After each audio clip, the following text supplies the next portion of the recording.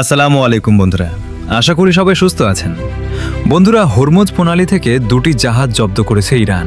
ইরানের বিপ্লবী গার্ড কোরের আইআরজিসি নৌবাহিনী দুটি জাহাজ জব্দ করে দেশটির উপকূলে নিয়ে গেছে।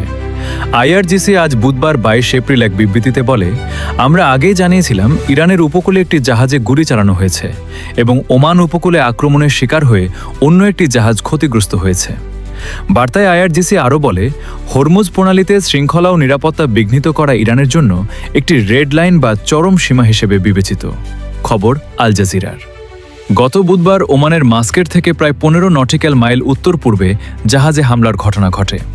যুক্তরাজ্যের মেরিটাইম ট্রেড অপারেশনস ইউকেএমটিও জানিয়েছে, হামলায় জাহাজটি ব্রিজ মারাত্মকভাবে ক্ষতিগ্রস্ত হয়েছে।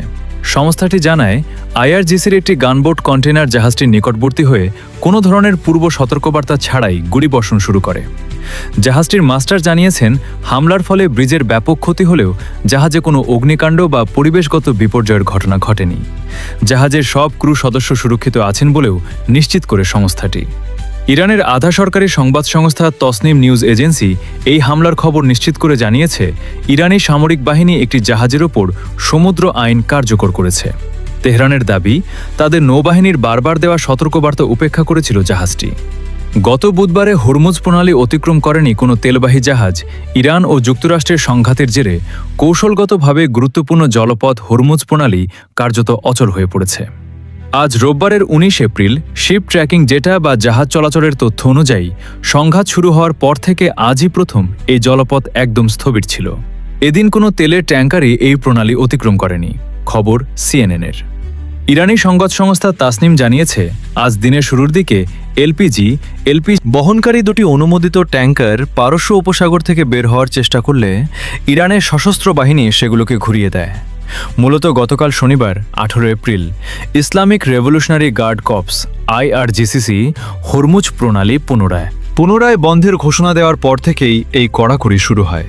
ইরানের আধা সরকারি সংবাদ সংস্থা তসনিম নিউজ এজেন্সি এই হামলার খবর নিশ্চিত করে জানিয়েছে, ইরানি সামরিক বাহিনী একটি জাহাজের ওপর সমুদ্র আইন কার্যকর করেছে।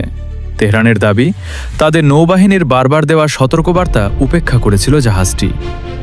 এর আগে ইরানের সঙ্গে চলমান সাময়িক যুদ্ধবিরতির মেয়াদ অনির্দিষ্টকালের জন্য বাড়ানোর ঘোষণা দিয়েছেন মার্কিন প্রেসিডেন্ট ডোনাল্ড ট্রাম্প। শান্তি আলোচনার জন্য আরও সময় দেওয়ার লক্ষ্যে মধ্যস্থতাকারী দেশ পাকিস্তানের অনুরোধে তিনি এই সিদ্ধান্ত নিয়েছেন বলে জানিয়েছেন।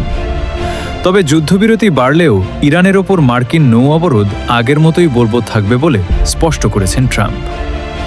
বন্ধুরা, ভিডিওটি ভালো লাগলে অবশ্যই একটা লাইক তো আমি পাওনা দিলাম। বন্ধুরা, আরও এরকম ভিডিও পেতে চাইলে অবশ্যই চ্যানেলটি সাবস্ক্রাইব বা ফলো করে রাখুন। বন্ধুরা, আজকের মতো বিদায়। আল্লাহ হাফেজ।